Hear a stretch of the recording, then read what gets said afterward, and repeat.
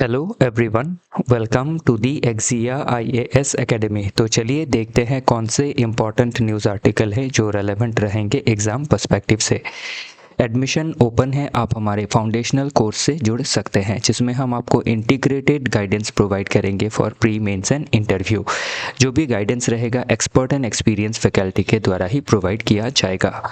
One on one mentorship के तहत आपके जितने भी डाउट है उनको कैटर किए जाएंगे।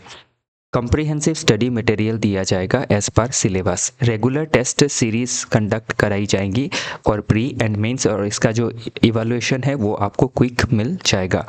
करंट अफेयर्स भी कवर कराई जाएंगी। आंसर राइटिंग के ऊपर भी फोकस किया जाएगा फॉर मेंस। जो भी हमारी बैचेस है स्मॉल साइज में रहेंगी और आपको पर्सनल अटेंशन दिया जाएगा ताकि आप बेटर प्रिपरेशन कर सके। फर्दर चीज़ों को डिटेल में जानने के लिए आप कांटेक्ट कर सकते हैं हमारे ऑफिशियल कांटेक्ट नंबर पे जो है 6002417488। तो चलिए देखते हैं आज का पहला article. India European union free trade agreement and carbon tax mechanism जो है, तो अभी इंडिया यूरोपियन यूनियन के बीच में जो फ्री ट्रेड एग्रीमेंट के ऊपर टॉक्स चल रहा है वो लगभग 2 डेकेड से चल रहा है और जिसको 26 जनवरी में फाइनलाइज किया गया है। तो अभी ध्यान रखिएगा, मैं जो पेंडिंग एनालिसिस है 21 का उसको कवर कर रहा हूँ। तो इस समय तक क्या है, कार्बन बॉर्डर एडजस्टमेंट मैकेनिज्म को लेके नेगोशिएशंस चल रहा था। तो अभी ध्यान रखिएगा, प्रीलिम्स के लिए इंपॉर्टेंट रहेगा कि कार्बन बॉर्डर एडजस्टमेंट मैकेनिज्म है क्या। तो अभी जो यूरोपियन यूनियन का मार्केट है वो बाकी जो अदर मार्केट है other than the European market, उधर से जो भी आपकी गुड्स एंड सर्विसेज आती है यूरोप रीजन में, तो उसमें वो कार्बन बॉर्डर एडजस्टमेंट मैकेनिज्म नाम का एक टैक्स इम्पोज करता है। क्यों इम्पोज करता है? ताकि जो प्रोडक्ट आपकी बनाई गई है, जैसे इंडिया से स्टील सीमेंट एल्यूमिनियम जाता है, तो अभी हमारा स्टील सीमेंट एल्यूमिनियम जो है वो फॉसिल फ्यूल जो एनर्जी होती है उसको चला के, जैसे कोयले से इलेक्ट्रिसिटी बना है उस तरीके से हम स्टील सीमेंट एल्यूमिनियम को प्रोड्यूस करते हैं। जबकि यूरोपियन यूनियन के नेशन जो है वहाँ का प्रोडक्शन ग्रीन एनर्जी के ऊपर बेस्ड है।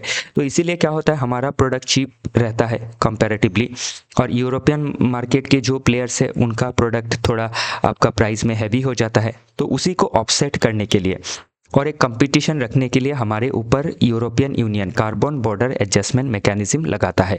तो अभी तो हम डेवलपिंग नेशन है, हम 100% क्लीन एनर्जी में अभी स्विच नहीं कर सकते हैं क्योंकि हम ग्रेजुअली स्विच कर रहे हैं, हमारे पास इतना ज़्यादा टेक्नोलॉजी और कैपिटल नहीं है। तो अभी जो आपका हमारे प्रोडक्ट के ऊपर जब CBAM लगाया जाएगा, carbon border adjustment mechanism to offset carbon, तो उससे क्या होगा, हमारी जो प्रोडक्ट है वो यूरोपियन मार्केट में नहीं बिकेंगी और उससे क्या है, हमारा इकोनॉमिक लॉस होगा। तो ये एक क्लैश था जिसको अभी हाल ही में क्या है, शॉर्ट आउट करने की कोशिश की गई और इसको शॉर्ट आउट होने के बाद जो डील है वो एग्जैक्टली आपका इम्प्लीमेंट हो जाएगा।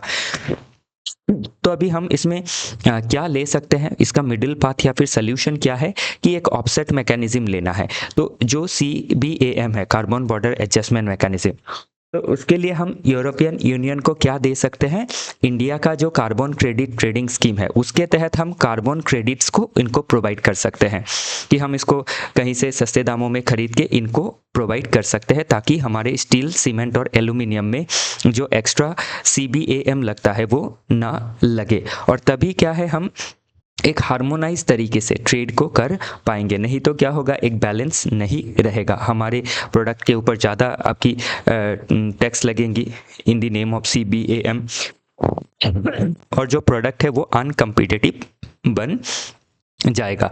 तो इसमें भी सोल्यूशन यही है कि हम इसका बीच का रास्ता अपनाएं और फ्यूचर में हम क्या कर सके, सब सस्टेनेबल फ्यूचर के लिए हमें एग्रेसिव डोमेस्टिक कार्बन मार्केट को डेवलप करना है ताकि हम क्या कर सके, जो हमारी कंपनीज है उनको इंसेंटिवाइज कर सके ताकि वो ग्रीन एनर्जी में शिफ्ट हो।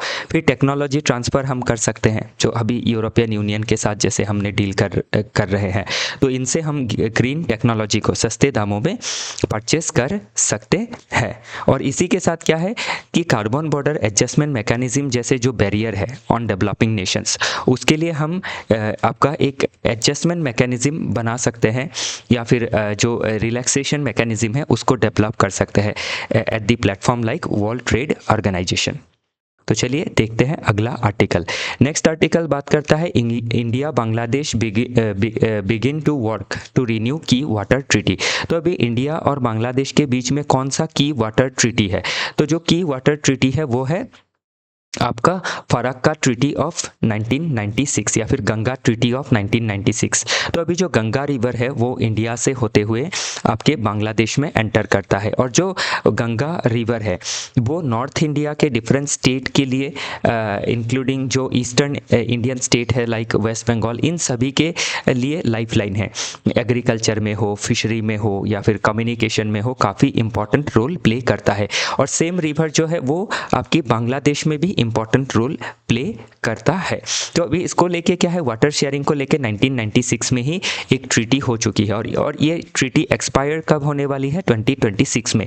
तो इसीलिए 2024 से इसका रिन्यूअल जो प्रोसेस है वो चालू हो गया है। तो अभी तक कंप्लीट नहीं हुआ है, लेकिन इसको समय रहते ही कंप्लीट करना ज़रूरी है, ताकि आपके बिहार हो या फिर आपका वेस्ट बंगाल हो या फिर आपका बांग्लादेश हो, इन तीनों ही रीजन में इंक्लूडिंग अदर रीजन जहाँ से ये फ्लो करता है, तो स्पेशली बिहार में इस गंगा के वजह से बहुत ज़्यादा फ्लड होता है, तो उसको भी हमें टेकल करना है। जो अभी बिहार का फ्लड को टेकल करने के लिए फरक्का जो बैराज है उसको बनाया गया है, ताकि वाटर को क्या की जा सके, कंट्रोल तरीके से इसका जो फ्लो है वो मेंटेन किया जा सके। तो अभी ज़रूरी है कि जो 1996 का ट्रीटी है, आज के समय पे पॉपुलेशन की डायनामिक्स भी चेंज हो गई है, वाटर की जो यूज़ है वो भी चेंज हो गई है, तो इसीलिए इस ट्रीटी को रिन्यू करके हमारा जो पहले तो इंडिया के अंदर जो फेडरल रिलेशन है उसको भी मेंटेन करना है, इकोनॉमिक सहूलियत को देखनी है, सोसाइटी को सपोर्ट करना है, और जो हमारा डिप्लोमेटिक रिलेशन है विद बांग्लादेश उसको भी स्ट्रेंथन करना ज़रूरी है, ताकि हम जो इसका टेक्नोलॉजिकल जियोपॉलिटिकल हर्डल है, इंटरनल डायनेमिक्स है, इन सभी को संजो के हम बेटर ट्रीटी फिर से साइन कर सके। चलिए आगे देखते हैं।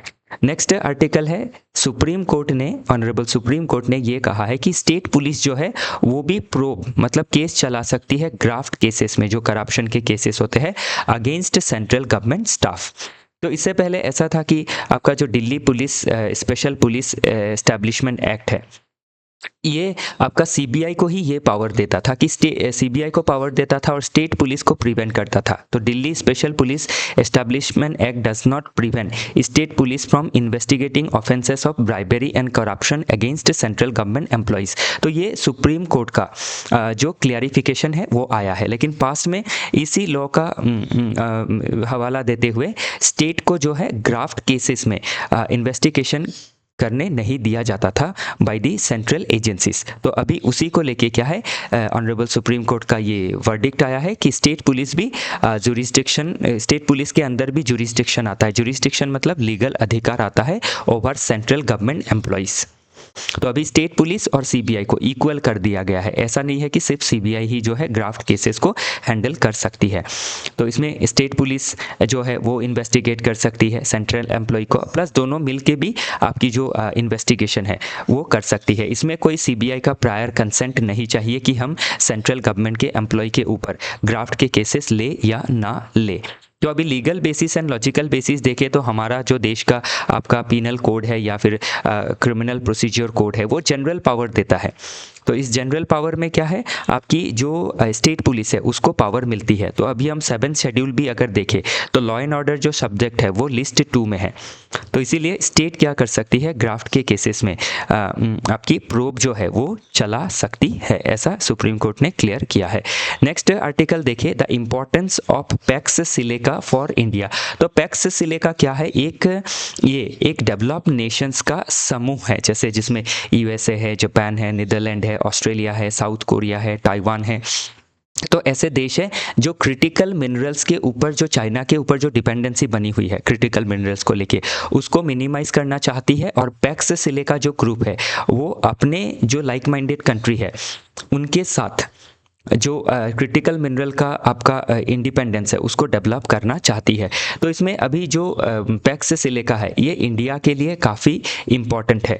तो पहला तो देखें तो चाइना का बहुत ज़्यादा डोमिनेंस है, चाइना बहुत कोवर्स करता है, वेपनाइज करता है क्रिटिकल मिनरल्स को, तो इसीलिए पैक्स सिलिका को बनाया गया है। तो इसमें यूएसए जो है आपकी चिप को डिज़ाइन करता है, उनके पास इंटेलेक्चुअल प्रॉपर्टी है। तो पैक्स सिलिका में हम अगर इन्वॉल्व होते हैं तो इससे हमें डिज़ाइन इंटेलेक्चुअल प्रॉपर्टी राइट्स मिलेगी। जापान और नीदरलैंड से हमें एडवांस इक्विपमेंट मिलेगा, ऑस्ट्रेलिया से हमें क्रिटिकल मिनरल और रेयर अर्थ एलिमेंट मिलेंगे, साउथ कोरिया एंड ताइवान से हमें फैब्रिकेशन रिलेटेड जो टेक्नोलॉजीज है वो मिलेगी, मेमोरीज मिलेगा, यूएसए एंड कतर से हमें कैपिटल मिलेगा, और इंडिया में ऑलरेडी डिजिटल इंफ्रास्ट्रक्चर, टैलेंट और मार्केट तो हमारे पास अवेलेबल है ही।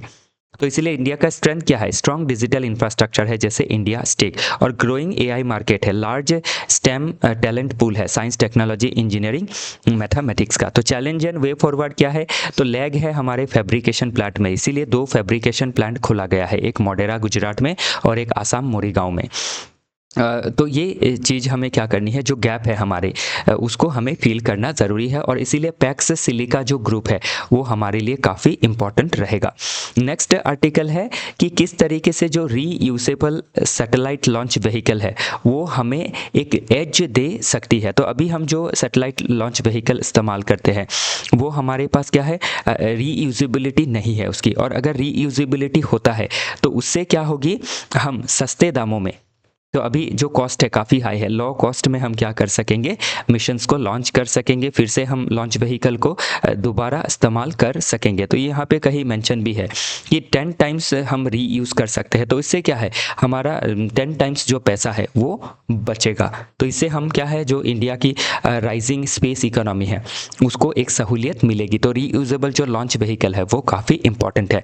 नेक्स्ट अगर हम देखें तो Trump slams UK's move to hand over Chagos island. तो जो चागोस आइलैंड है, तो अभी ध्यान रखिएगा, चागोस आपका एक 60 जो आर्कीपेलागो का एक समूह है जो 1840 से ब्रिटिशर्स के अधीन रहा है। तो पहले ये मॉरिशस के पास था, और 1840 से पहले।